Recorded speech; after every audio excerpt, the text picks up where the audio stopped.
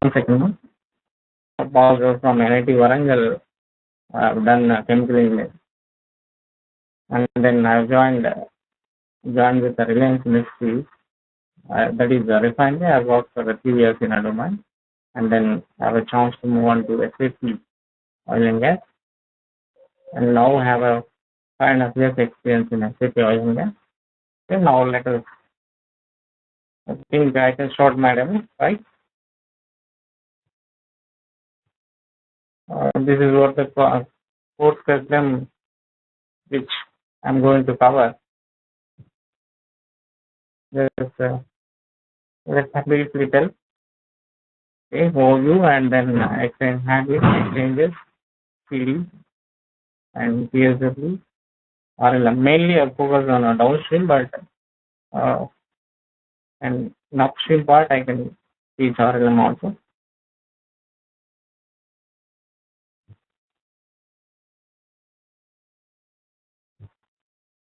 Yeah. SAP. Now let us discuss what is SAP. Okay. It stands for Systems, Applications, and Products in Data Pricing. SAP is one of the enterprise resource planning software. So what is the use of enterprise resource planning software? So SAP, it integrates all the modules so that it can deal with every business aspect of business management. Means for every it can fulfill the requirement of every business entity. So what are the key benefits of having an integrated system like SAP? It eliminates the duplication, discontinuity, and redundancy of the data in a system, and it provides the information across all other modules which are integrated together. So by having a central database system, we can eliminate the data redundancy and data duplication, and we can share the information across every module. So by having these things, we can increase the productivity, and we can improve the inventory management properly. And so lastly, we can improve the customer interaction and improve the customer service. We can improve the services which we are rendering to customers that can be improved. And then, yeah, let us come to SAP IS. Why we need IS for oil and gas industries? Means IS is nothing but it is industry specific solution. Means what are the challenges and business requirements of oil and gas industry cannot be solved by other modules like SD alone. Alone we cannot solve business requirement of oil and gas industry. Like alone with SD we cannot solve it. And alone MM we cannot solve it. Right? Let us see some of the challenges which are there with the oil and gas field. If you see, oil products are volatile in nature. Oil products are comprised of hydrocarbons. It is a composition of hydrogen and carbon. So they have a physical behavior like they are very volatile in nature. Because of that nature, the quantity varies as the temperature changes. As density changes, as temperature changes and density changes, oil product quantity will be changed. So we cannot keep one value. Okay. And then when we compare the market, the commodities like oil products like petrol, diesel, the prices are very dynamic in nature. Even for each and every 1 hour, you will find a difference in a prices in a market. And when it comes to transportation, it is a complex process. When we are dealing with the oil products, it is a complex process. Means the transportation and distribution you need to have some structured transportation facilities. Means you cannot transport it to open. So you need when we take safety into consideration, it requires structured transportation facilities, like vessels, pipelines, bars, and rail wagons. So to address these issues, SAP has provided IS models. IS means industry specific solution. It is specific to industry. They have developed some IS models like aerospace, oil and gas, retail, insurance, and utilities. Okay. So, what are the challenges and business requirements in oil and gas industry? To fulfill those requirements, SAP has provided some tools and processes to fulfill the business requirement of oil and gas industry. Yeah, this is how you can see our operational segments in oil and gas field, from exploration to customer. Then here we can see exploration and product. Once the product is explorated, and then it's sent to onshore. From there it will send to storage unit, and then it will send to gas storage. Let us see one by one. Here we find on exploration we will find we will explore the products like oil and gas, and then those products will be transported to onshore unit. There, those streams will be primarily treated. Here we remove components like sulfur, some sediments. When it comes to then they take a gas stream. When it comes to gas stream, it will primarily treated. Some of the sulfur components and will be removed, and then it will send to gas processing units. When it comes to oil products, it will send to storage units. From there, it will send to refining, where it will be refined, and end products, byproducts will send to supply chain, and then that means to the customer it can be transported to customer by pipeline or a bus or a train. Okay. Yeah. Oil and gas industry mainly segmented into three streams, that is upstream, midstream, and downstream. Upstream deals with the exploration of products. Upstream deals with the production of oil and gas, exploration. Once it is explored, it will send to onshore, and from there it will send to storage unit. So that part will be covered as a midstream. In a storage unit, before from storage unit, it will send to refining and processing unit. Before sending it to a refining processing unit, some of the primary treatment will be done. There some components like sulfur and sediment and moisture will be removed, and then it will send to refining unit. Once it is refining unit can be continuous or a batch, and then it will send. Once it is treated and processed, the end product will send to market. This segment will be called as a downstream. Downstream will take care of all the processes which are involved, like primary distribution. Okay, next in this. Yeah, these are the topics I'm going to cover in a training program. Enterprise structure, master data, extended, PD, PDP, CSW, RLM, and HDF.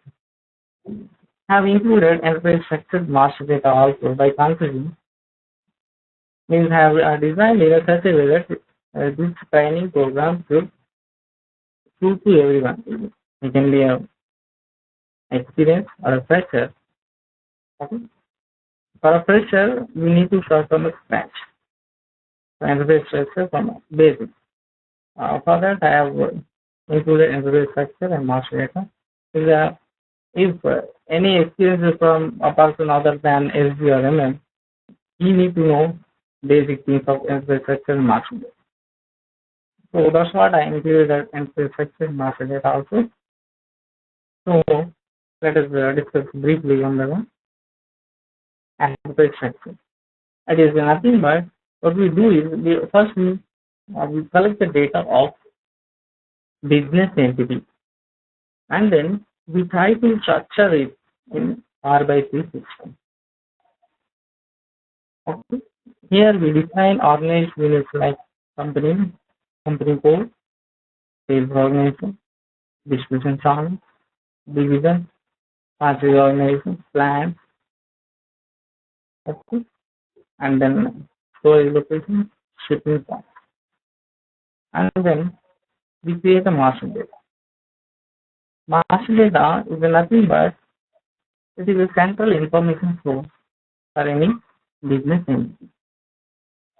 Means it is nothing but it is a master data which will not be altered for a long period of time. So by maintaining master data, we can eliminate redundancy and data duplication. Okay. Before creating a master data, we need to require some prerequisites. Okay. In the master data, we will mainly cover customer master data, material master data, and vendor master data. For example, before creating customer master data, we need to do some configuration for prerequisites. Means we need to configure prerequisites. If we take customer master data, we need to create account tools, member ranges, and partner determination. Those settings will be discussed. And then exchanges.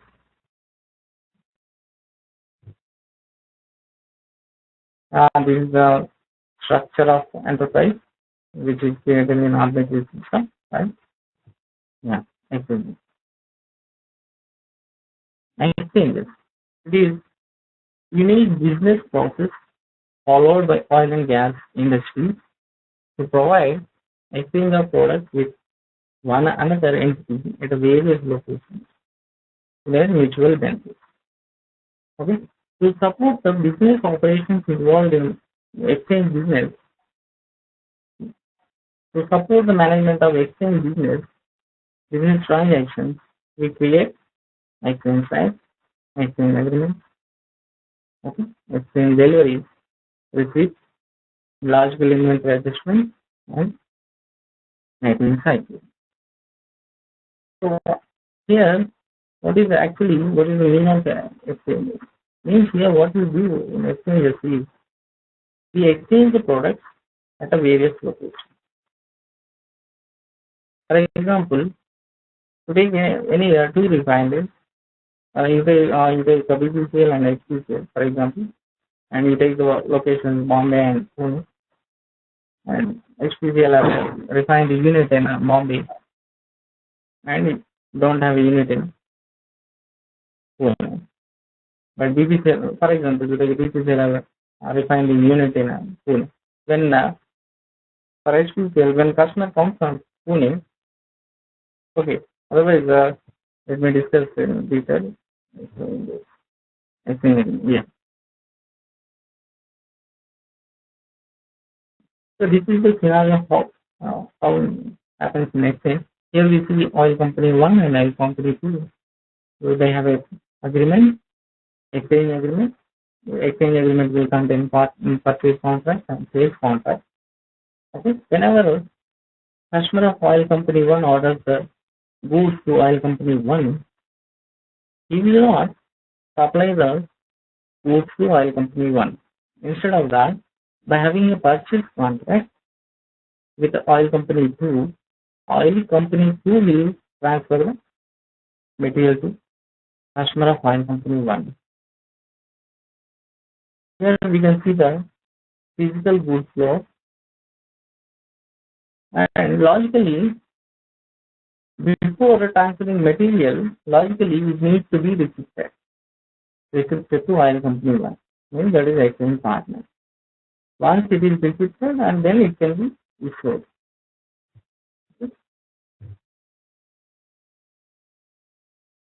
And exchanging of products is a two types. It can be likely product exchange and unlikely product exchange. Likely product exchange is nothing but, for example, you supply the petrol to your exchange partner. To acknowledge that, you will supply the petrol. Maybe it may be in another location. Okay. That is nothing but likely product exchange. When it comes to unlikely product exchange, you supply the petrol to exchange partner, he will, I am sure that he will be supplying diesel or anything else other than petrol. That is what unlikely product exchange. So, what is the difference in the value of a product due to the unlikely product exchange? Definitely there will be the difference in a value. So, those difference in a value will post to logical inventory. And in another case also, if you take a buy and sell or a borrow and loan agreement, in borrow and loan, materials will not be posted to your exchange partner. Means material prices will be posted internally, but taxes and fees will be invoiced to exchange partner. In that case also, internally posted means material price will be posted to logical inventory. And then netting. Netting is nothing but, here in netting what we do, if we agree to netting, if the exchange partners are agree to netting, what they do is netting it will compare the receivables and payables. Means as and when goods to a movement takes place, the exchange partner will not pay the money to his partner. Instead of what will happen, they will take means netting can be selected on a various criteria. Like you can take time period, or you can take exchange numbers. Okay. Once netting is agreed, it will compare the receivables and payables, and it will come up with an open document. According to that open document, exchange partner will be invoiced.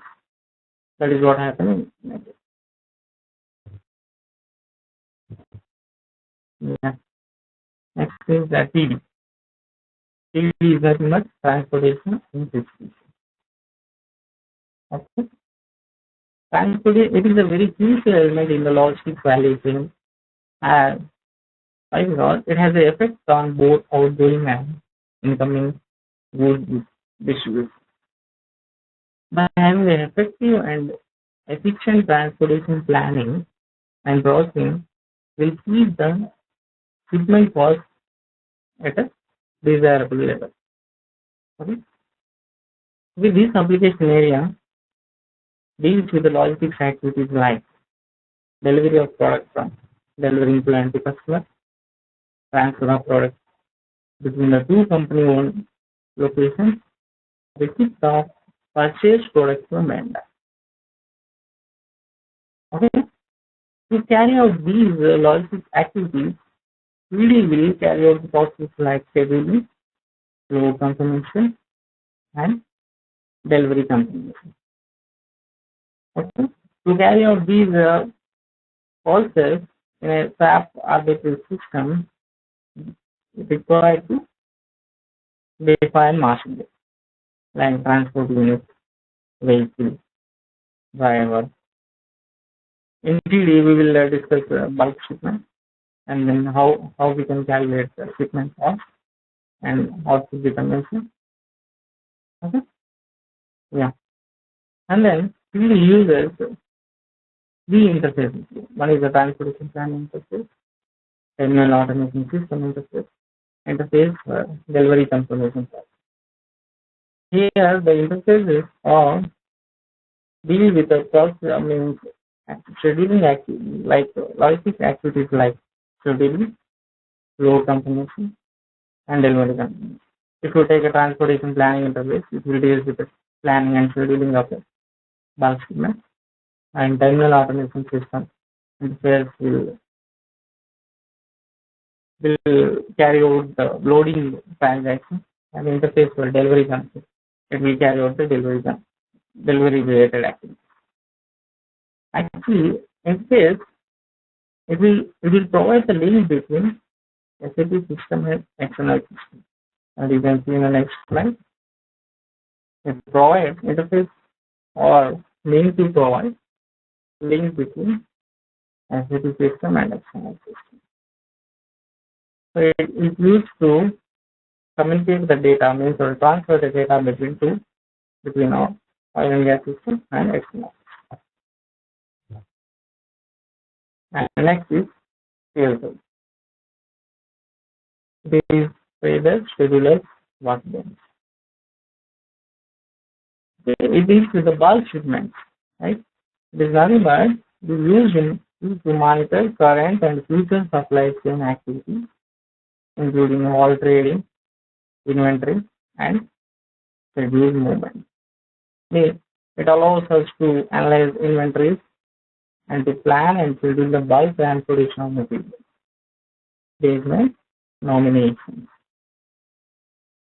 It uses the master data like transport system, location, material, and partner function to model the supply chain. And it provides functions like it provides planning and scheduling tools like stock prediction, nomination, revetting, and tickets. Okay. And then let us see what is stock prediction, what is the nomination, what is the ticketing. Okay. Stock prediction. It is nothing but it is a sheet. SPW, stock prediction worksheet.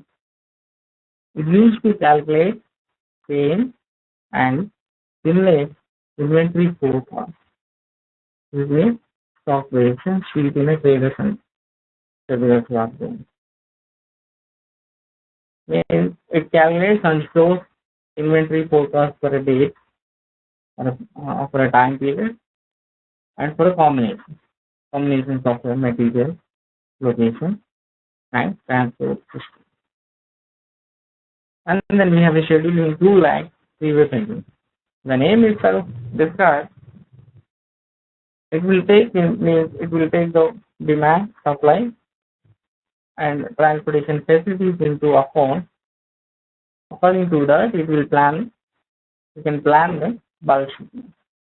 Means it will consider demand. Okay, it will consider supply.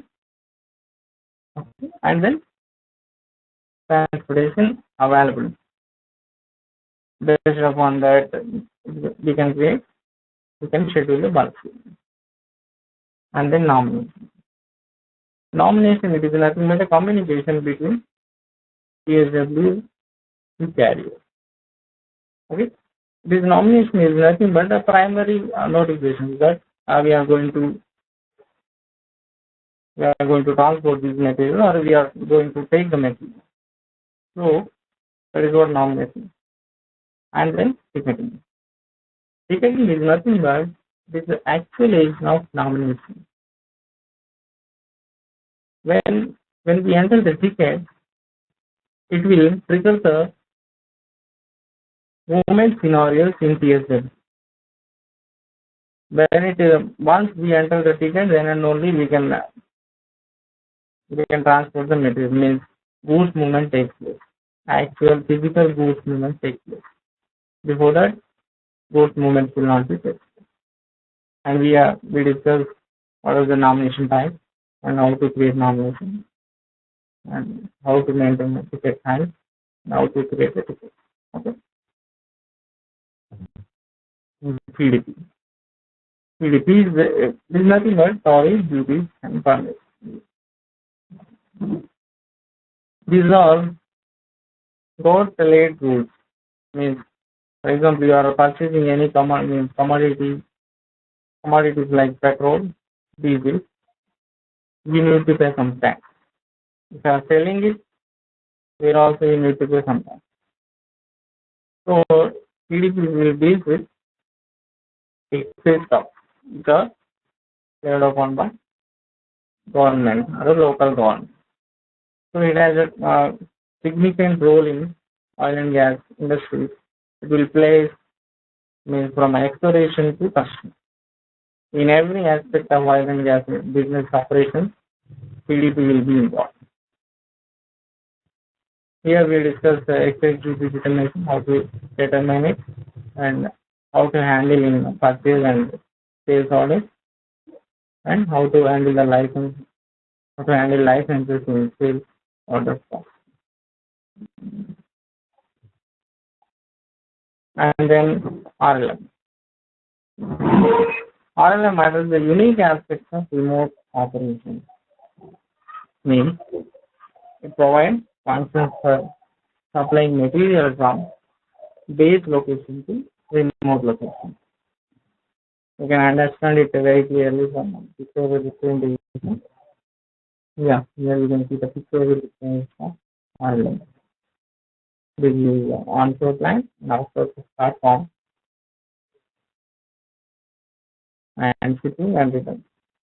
The material required for offshore platform operations will be shipping, and then whatever equipment or a product can be returned. Goods which is holding and back. In RLM, we discuss container creation, how to create the containers, and the supply types, and voyages, and how to create the voyages, and we need to assign the material to the container, and how many container types are there, and RLM container. Yeah, and then HydroCarbon product management. It deals with, it consists of mainly zero management system, quantity conversion interface, the tracking of future enhanced plan transfer, and extension of inventory management. Then what is the silo management system? Silo is nothing but tank. Silo management system used to manage the inventory. It provides the functionality for managing physical inventories in a tank by creating tank dips in R/3 system. So by creating a tank dips in R/3 system, we can compare it. We can compare the physical inventories with the book inventory, book stock, and then you can monitor the gain or losses or boost movements. Okay? And then quantity conversion interface. As we discussed, oil products, these are HydroCarbon products, very volatile in nature.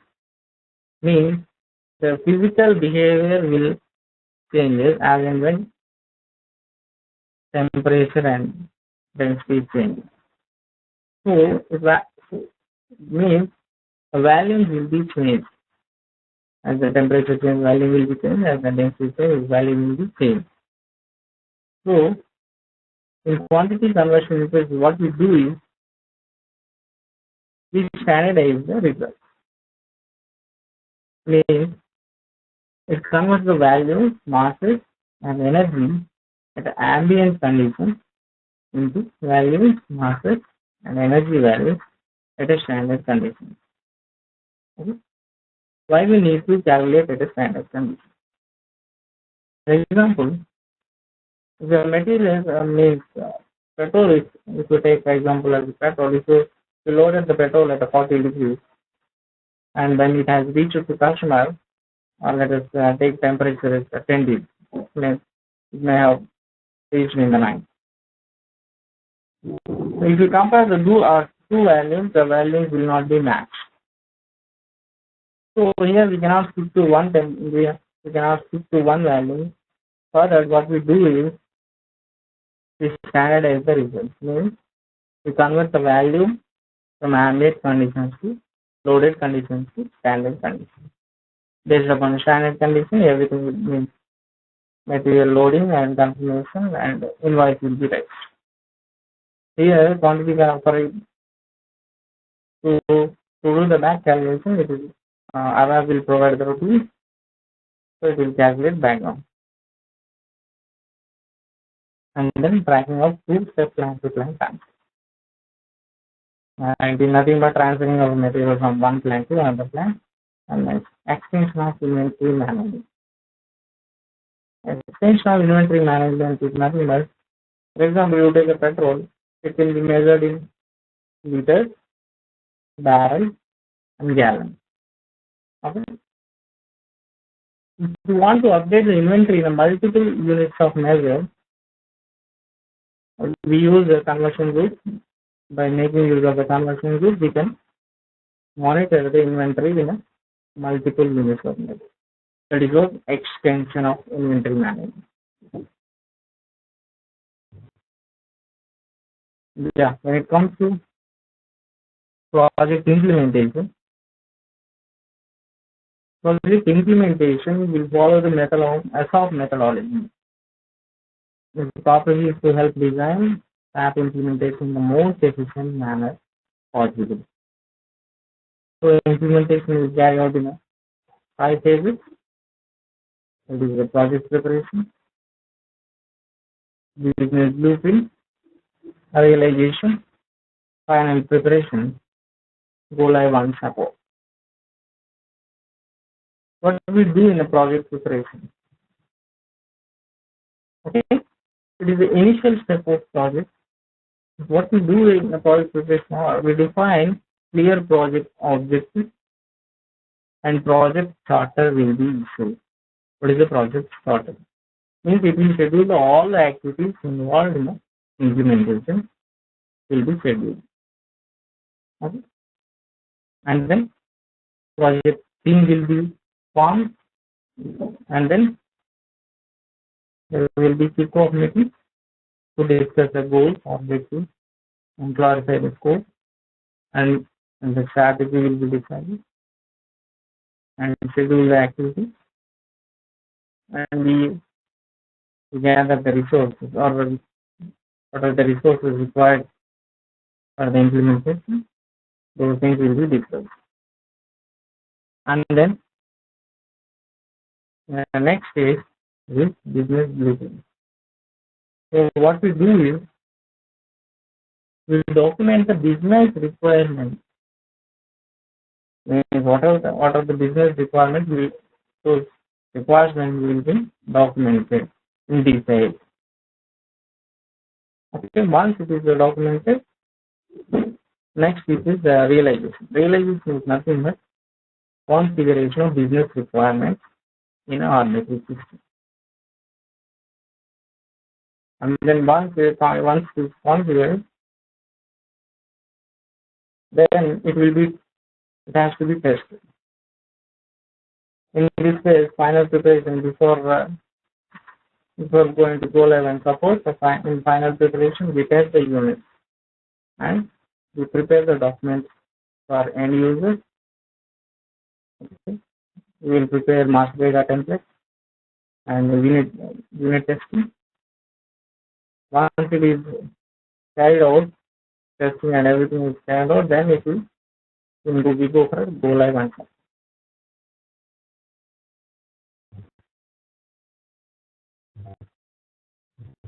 Yeah, here I can give you the documents required. Some dummy documents I can give you like blueprints.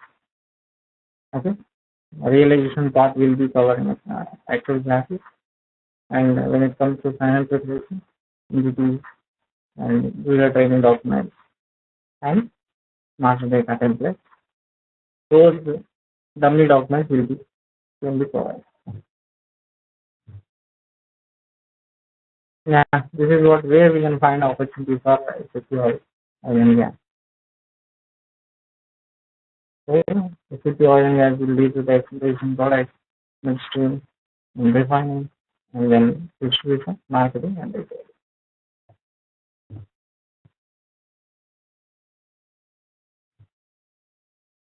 Yeah, thank you. You want any questions? You can ask.